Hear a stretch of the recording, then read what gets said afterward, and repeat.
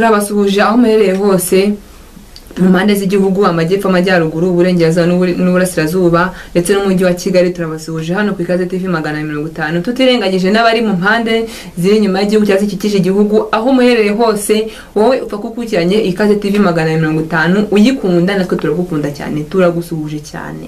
Hanyuma rero tukiri muri ya gahunda mwadusabye.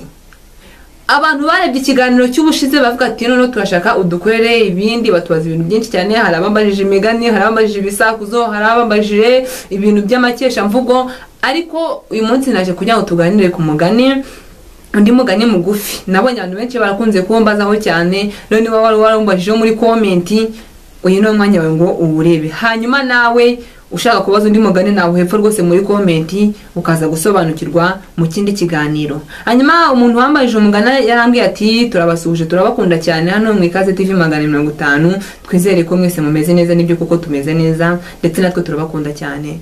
Yarakomeje ati none se nta kuntu mwazanshakira cyangwa mukambariza abo basaza, abo banyakubahwa, umugani witwa ngo arigiza nkana. Nanjye nsanzwe ngukoresha ko ntabwo nanzi icyo sobanuye, ariko nagiye mu basaza nsanga bimwe barabimbwira ukundi kuntu, ariko umusaza we twahuye rwose yarambye ati wagira ngo nari mpibereye. Nanjye koko mbyumvishe nsanga yarahibereye, ndetse n'icyo kizajye tugatubazana abo basaza, ariko mu gihe bitarakunda akanya babitubwira tubyandike kugira ngo tutazaza tukagira icyo twongeramo cyangwa twibeshyamo, tubibabwiye turi kubisoma uko babitubwiye. Hanyuma rero ngo uyu mugani arigiza nkana, uyu mugani bawuca iyo babonye umuntu wangira ikintu ku bwende bwe nk'aho atakizi,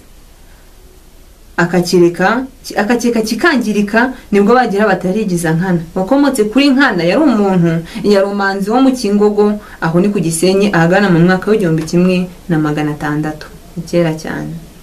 Nkana ya Rumanzi wabaye imvano y'uwo mugani, iwabo kavukire hari mu ishyamba rya Kingogo cya Kageyo. Se Rumanzi, ubwo Rumanzi yahise wa Nkana, yari umuhigi akagira imbwa z'intozo cyane. Uwo mwana Nkana abyiruka akunda guhiga nka se, akica ibihura n'inzibyi n'imondo n'izindi nyamaswa. Inzibyi, imondo, abantu mutabiza ko n'utunyamaswa two mu ishyamba. Impu zabyo akazitura abatwari. Yamara kubyica impu kera muri ko abantu bambaraga mu myenda y'impu, rero impu zabyo zigeraga akaziha abatware nk'abi igihugu, bakabijyana ku masoko bakamuha inka. Rumanzi amaze gusaza Nkanazungura se, cyangwa se kuzungura nyine, kuko yari umuhungu, ari we mwana se yarafite agomba kuzungura buri kimwe cyase. Abo umutware w'umuryango we, ariko muri ubwo butware bwe ntiyareka umuhango w'iwabo ari wo guhiga, arawukomeza. Ubwo hari ku ngoma ya Kigeli Nyamuheshera, uwo ni umwami wabayeho, yari Kigeli Nyamuheshera. Rimwe rero Nyamuheshera ajya Kingogo gutanga ibibanza, aho muri iyo nkugu baza kumubyukurukiriza, cyangwa muri icyo gihugu nuko bo mbere bakoresha ijambo ngo impugu, baza kumusuhuza, baza nyine kumwereka n'uburyo babayeho. Noneho haza inka z'imbyukuruke nyinshi cyane zirimo izo muhigi Nkana, baje kumwereka nyine mu byo batunze, bahazamo na za nka za Nkana. Nyamuheshera abonye inka za Nkana arishima cyane, bituma baririza nyirazo. Abanyakingogo bati ni za Nkana. Nyamuheshera aramuhamagaza, araza ati Nyagasani nditabye. Nyamuheshera ati ni wowe nde? Nkana ati ni njyewe Nkana. Nyamuheshera ati kuva ubu nkugize umutahiza w'inka zanjye zose, nzashyira no mu Kingogo, kuko nabonye uzi gufata inka neza. Kandi wa mugabo nyamara yari umuhigi, tubyibuke ruguru niko babitubwiye, ndetse akundaga guhiga, nubwo yasigaranye imitungo ya se, ariko agomba kwita ku mitungo ya se, ariko atibagiwe n'umuhango wo guhiga. Nkana byumvishe harumirwa ati uyu murimo w'ubutahiza nzawushobora nte? Ubwo yabimugishwaga nuko akundaga guhiga, akabona ko atazabibangikanya byombi, niko kubwira Nyamuheshera umwami ati Nyagasani, iby'ubutahiza sinabishobora, sinavukiye mbese ku by'ubushumba, ahubwo nabyirutse ndi umuhigi mbikurikije kuri data. Nyamuheshera yumvishe ko Nkana ari n'umuhigi, arishima kuko nawe ngo yakundaga guhiga. Abwira Nkana ati uzabifatanye byombi, nzaguha n'imbwa zanjye uyu uzihigisha. Kubyuko hanga batagiye kubangamira wa mugabo. Nkana agiye kubyanga, abandi bamurya kara bati emera bitagukorera ishyano, kuko uyu mugabo yarakomeye cyane, yagombaga no kumwirukanisha. Nkana aremera, bamugira umutabazi n'umuhigi. abifatanya byombi. Amaze kubyemera abwira abashumba ati muramenye inka z'ibwami ntizihonorwa, ntizishidurwa, ntizikukirwa nk'iza rubanda. Ubwo yangaga ubutayiza. Mbese impamvu yabwiye guhonora inka cyangwa kuzishitura cyangwa kuzikukira, murabizi kuzikorera amasuku, kuzitaho, yabibujije nyine kuko ntabwo ashakaga ko buri gihe ngo zana inka turebeye buri gihe ngo ubwo uzifite ngo genda uzorore paka nyine. Yagomba kuzazorora forever cyangwa igihe cyose kuko bagomba kuzabona ari nziza. Rero ati ntimuzigera muzigirira neza izo nka. Nuko nkana yita ku buhigi bwe, ubushumba arabwirengagiza, arahiga atura impu z'ibihura n'imondo n'inzinzibyi. Nyamuheshera aramushima, amugabira inka z'ibiti azivanga n'izo kwasi.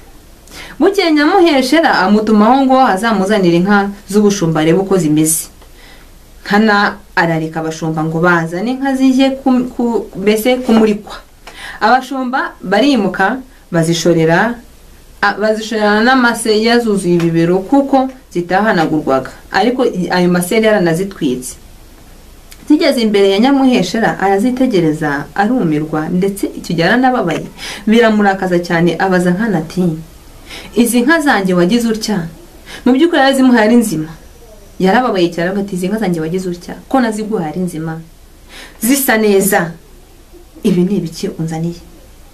Nkana ati Nyagasani n'umundi nabikubwiye ko iby'ubushumba ntabizi, ibyo nakubwiye nzi n'ubuhigi kandi ubona n'impu njya nkuzanira. Nyamuheshera akomeje kurakara. Abari aho b'inshuti za Rumanzi, ubwo nise wa Nkana, bavugira icyarimwe bati Nyagasani uyu mwana ararengana kuko ntazi iby'ubushumba.